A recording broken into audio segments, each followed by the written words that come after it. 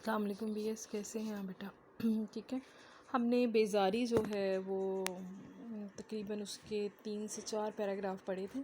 آج ہم بیزاری جہاں سے ہم نے چھوڑا تھا جمعرات کو، آج ہم وہیں سے شروع کرتے ہیں. شفیق الرحمان کا مضمون بیزاری ہم پڑھ رہے تھے. پتہ نہیں چلتا کہ یہ بیزاری شروع کہاں اور ختم کہاں ہوتی ہے، اور یہ سب کے سب بیزار کیوں ہیں؟ کیا بیزار رہنا ان کا شغل ہے؟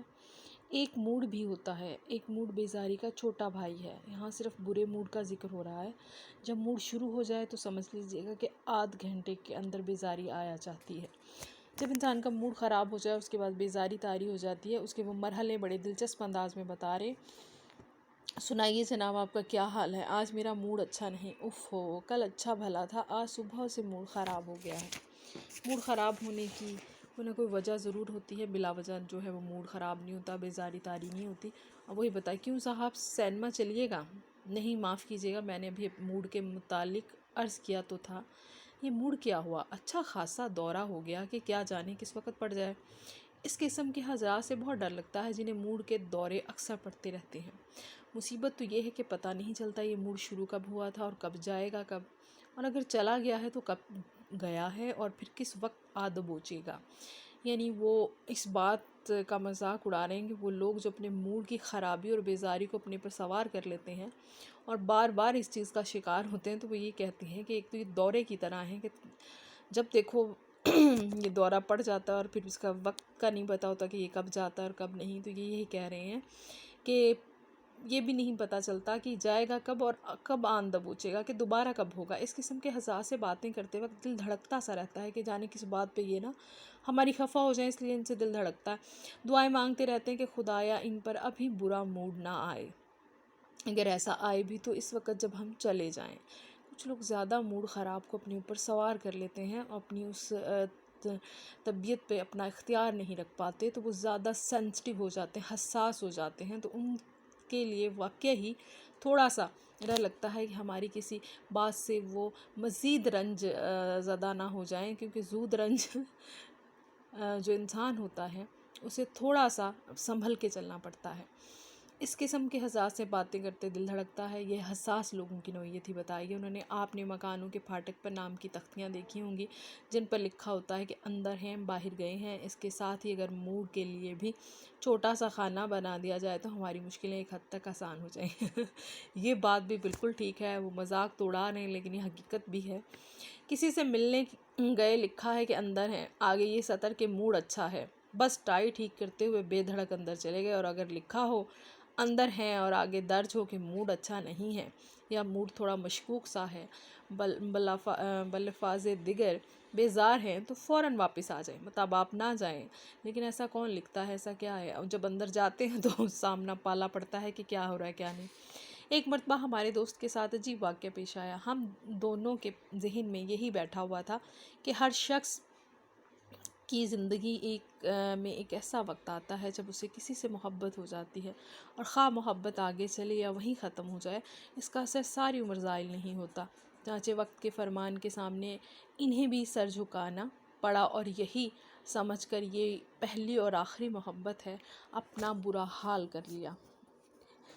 پہلی بار محبت ہو تو وہ آخری ہی لگتی ہے، اور ایسا ہی کچھ ان صاحب کے ساتھ ہوا. وہ خاتون میرے دوست سے 1 سال بڑی تھیں. ان کی صحت واجبی سی تھی، باتیں کنوتیوں کی سی کرتی تھیں، ہر وقت بیٹھی سوچتی رہتی تھیں، لیکن میرے دوست کو بہت اچھی لگتی تھیں. اس وقت تو علم نہیں تھا، لیکن اب باوثوق سے کہہ سکتا ہوں کہ وہ بیزار تھیں. ہاں، بیزار تھیں تو ظاہری بات ہے وہ بیچاری کنوتیت کی باتیں کرتی تھی نا، کنوتیت مایوسی کی باتیں کرتی تھی. کتنی مرتبہ میرے دوست نے کوشش کی کہ ان سے کچھ کہیں، ایسا نہ ہو کہ تکلف میں نہ یہ ان سے کچھ کہیں نہ وہ کچھ سمجھیں، دونوں کا وقت مفت میں ضائع ہوتا رہے، لیکن کچھ نہ ہوا. جب بھی وہ ارادہ کر کے جاتے تو وہ اس قدر سنجیدہ ہو جاتی کہ بات کرنے کی ہمت ہی نہ پڑتی، اور وہ موسم وغیرہ کے متعلق گفتگو کر کے واپس آ جاتے. ایک دن ہمیں پتہ چلا کہ وہ چند دنوں کے لیے کہیں جا رہی ہیں. میں نے اپنے دوست سے کہا ایسے موقعوں پر اگر چلتے چلتے اظہار محبت کر دیا جائے تو بہت کارگر ثابت ہوتا ہے۔ مشورہ دے رہے تھے اپنے دوست کو، جتنے دن وہ باہر رہیں گی انہیں تمہارا خیال رہے گا، اور جب وہ واپس آئیں گی تو ان کے دل میں تم ہوگے۔ چنانچہ میرے دوست ان سے ملنے گئے۔ بولے، ارے ذرا پرے بیٹھو، یہ اتنی تیز خوشبو کیوں لگائے رکھتے ہو ہر وقت؟ مجھے تو پہلے ہی زکام ہے۔ تعجب ہے تمہیں زکام نہیں ہوتا۔ وہ محترمہ بیچاری آتے ہی یہ بولی، دیکھیے میں ذرا چند باتیں کرنا چاہتا ہوں، بہت ضروری ہیں۔ آپ کہیں باہر جا رہی ہیں نا؟ ہاں جا رہی ہوں، کوئی اعتراض ہے؟ لا حول ولا قوت، بھلا اعتراض کیا ہو سکتا ہے؟ ویسے آپ سن لیں گی نا؟ سننے کو سن لوں گی، کانوں میں انگلیاں تو دینے سے رہی ہے۔ اور یہ کیوں تم لگاتار میری دہنی آنکھ کی طرف دیکھ رہے ہو؟ مانا کہ اوپر کی پلک ذرا سوجی ہوئی ہے، مچھر کاٹ گیا تھا۔ لا حول ولا، میرے تو فرشتوں کو بھی خبر نہ تھی کہ آپ کی پلک سوجی ہوئی ہے، یہ تو آپ خود تو گویا تم یہ کہنا چاہتے ہو، کچھ چور کی داڑھی میں تنکا کیوں؟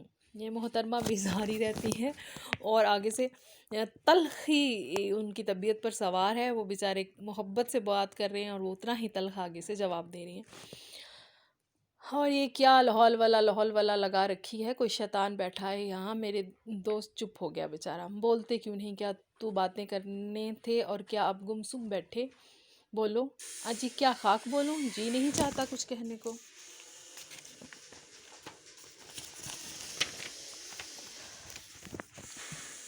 کبھی ناپ کر دیکھا ہے؟ میں نے سنجیدگی سے پوچھا۔ مذاق مت کرو، اور اس کے علاوہ ہر وقت گمسم بیٹھی رہتی ہے۔ آج تک ایک پہرا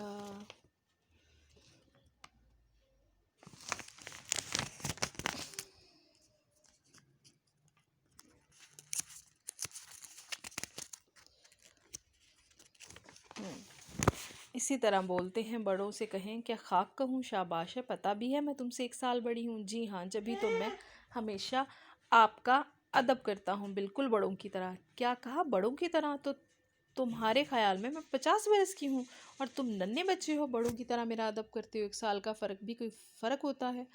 میرا دوست پھر چپ ہو گیا۔ ہم دیکھیں نا کہ وہ بیچارہ کوئی بھی بات کرتا تھا، وہ ایسے بال کی کھال نکالتی تھی کہ اس کی ہمت ہی نہیں ہوتی تھی کہ وہ اظہار محبت کر سکے۔ بڑوں کی طرح ادب، اب اس نے یہ کہا کہ اگر آپ بڑا کہتی ہیں تو میں بڑا سمجھتا ہوں، تو اس نے کہا میں 50 برس کی ہوں۔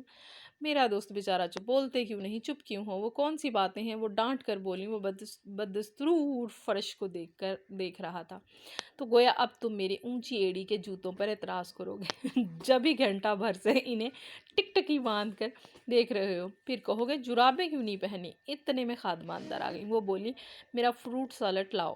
پھر اس کی طرف دیکھ کر پوچھا، پیو گے فروٹ سالڈ؟ جی نہیں۔ ہاں تم کیوں پینے لگے فروٹ سالڈ؟ جیسے یہ کاٹ کر ہی تو کھائے گا۔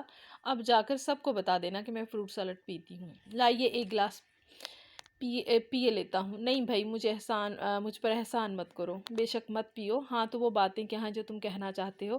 ذرا جلدی سے بتا دو، ابھی 10-15 منٹ میں میری ایک سہیلی آنے والی ہے۔ اس نے سوچا کہ اتنا کچھ ہوا ہے، چلو اب کہہ ہی دیں۔ پھر بڑے پردرد سے لہجے میں کہنا شروع کیا، شاید باتیں میں کبھی نہ کہتا، لیکن وہ تواتر بے رخی اور بے توجہی نے مجھے